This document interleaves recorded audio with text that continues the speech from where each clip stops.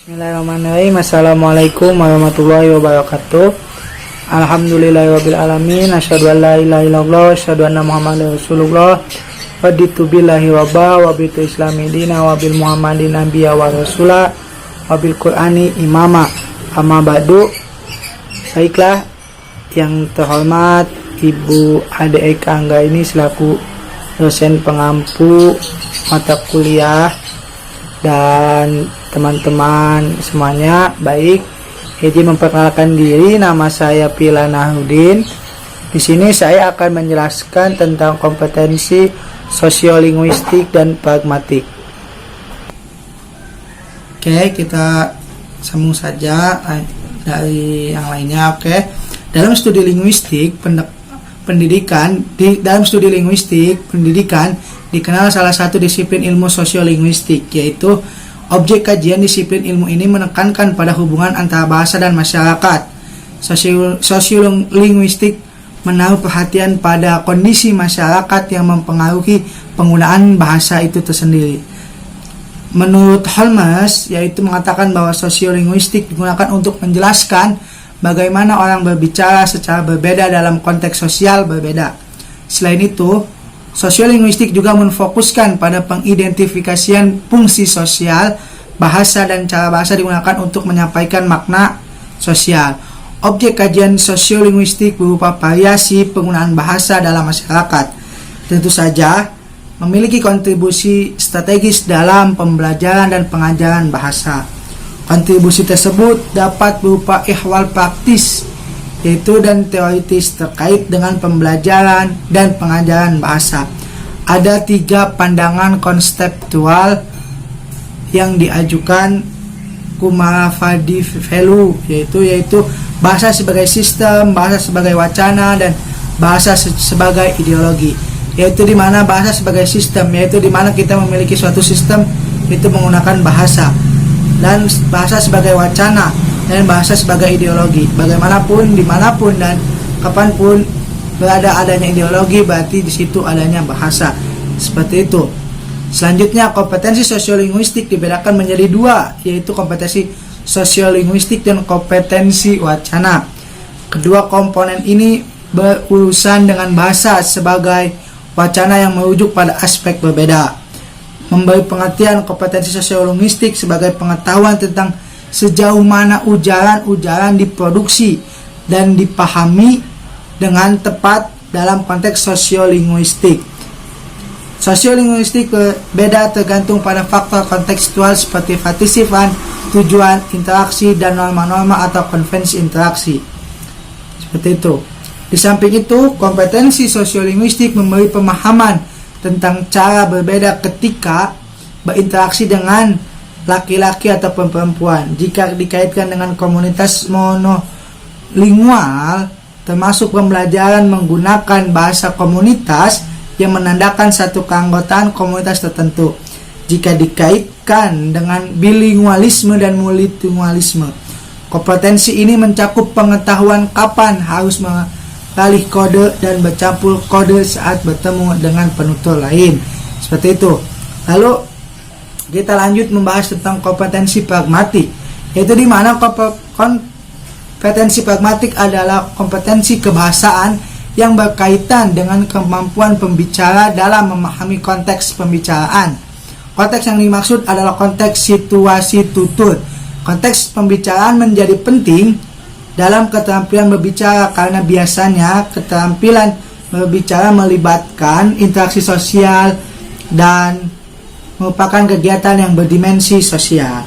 Keterampilan berbicara adalah kemampuan mengucapkan kalimat-kalimat untuk menyampaikan pesan berupa pikiran, gagasan, dan perasaan kepada orang lain. Lalu kita membahas kepada metodenya. Metode yang digunakan dalam penelitian ini adalah kuantitatif, yaitu hasil penelitiannya menunjukkan bahwa kompetensi pragmatik merupakan salah satu kompetensi kebahasaan yang dibutuhkan dalam keterampilan berbicara. Seperti itu. Jadi kurang lebihnya seperti itu. Kompetensi sosiolinguistik yaitu membahas tentang bagaimana bahasa itu berada di masyarakat atau di sosial. Dan pragmatik secara singkatnya yaitu di mana kompetensi bahasa yang berkaitan dengan kemampuan pembicara dalam memahami konteksnya. Jadi dapat dipahami seperti itu. Terima kasih. Baik, saya di sini Muhammad Anen. Saya akan melanjutkan materi yang telah dijelaskan oleh teman saya. Namun materi yang saya akan jelaskan yaitu berbeda. Saya di sini akan menjelaskan tentang materi kompetisi berbahasa. Dalam kompetisi berbahasa ini mencakup 4 keterampilan, yaitu menyimak, berbicara, membaca, dan menulis. Kompetisi berbahasa merupakan tindakan mempergunakan bahasa secara nyata untuk tujuan berkomunikasi. Kegiatan berbahasa atau berkomunikasi berujuk kerja bahasa merupakan manifestasi nyata kompetensi kebahasaan seseorang. Tinggi rendahnya kompetensi kebahasaan seseorang pada umumnya tercermin dalam kemampuan berbahasa. Berbagai aspek kebahasaan dan fungsi komunikatif, pemahaman, dan penggunaan bahasa haruslah integrasi dalam bentuk pemahaman dan penggunaan bahasa. Tetapi, ia harus terintegrasi dalam bentuk pemahaman dan penggunaan bahasa secara wajar dan kontekstual.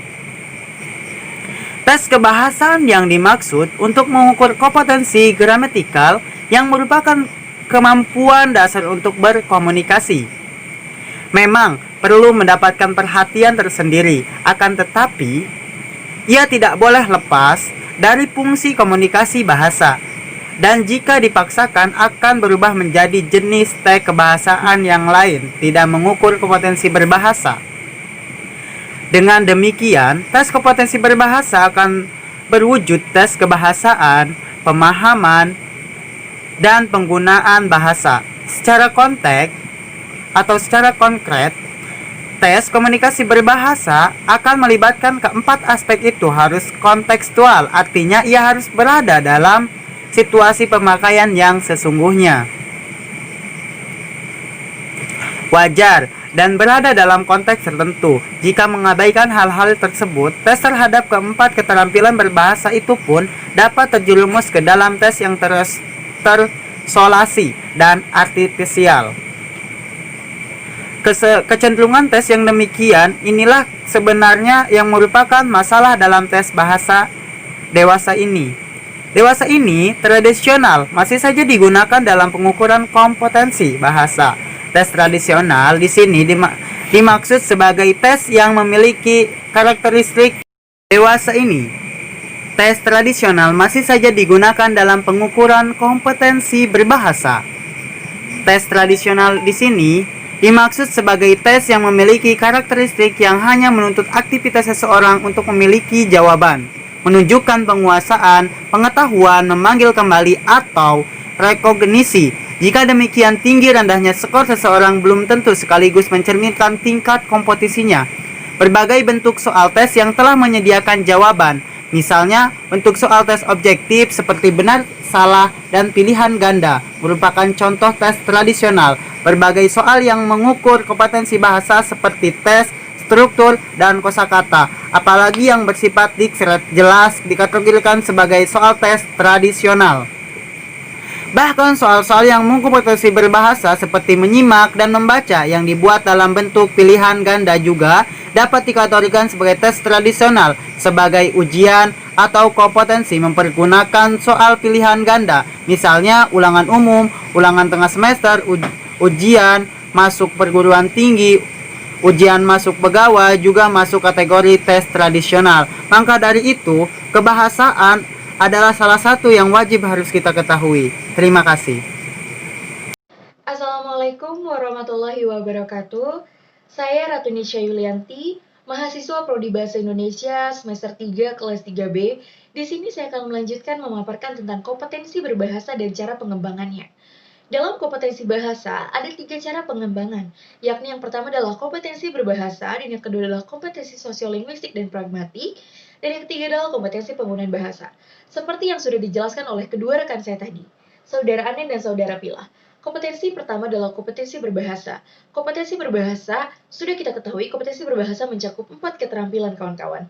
Kompetensi berbahasa adalah kemampuan seseorang dalam berkomunikasi. Sudah sangat jelas dipaparkan oleh saudara yang tadi, ada pula kompetensi dalam berkomunikasi, yaitu kompetensi sosiolinguistik dan pragmatik, yaitu menjelaskan bagaimana caranya, prosesnya agar ujaran yang kita keluarkan dapat dipahami oleh seseorang, yakni masalah berketerimaan bahasa itu sendiri kawan-kawan. Dan yang ketiga adalah kompetensi penggunaan bahasa. Kompetensi penggunaan bahasa itu sendiri ialah proses kemampuan bahasa yang telah digunakan sebagai bahasa sehari-hari dalam dialektika semiotik dengan keterampilan linguistik, seperti 4 keterampilan yang saya sebutkan tadi, yakni keterampilan menulis, keterampilan membaca, ketiga keterampilan berbicara, dan terakhir adalah keterampilan menyimak.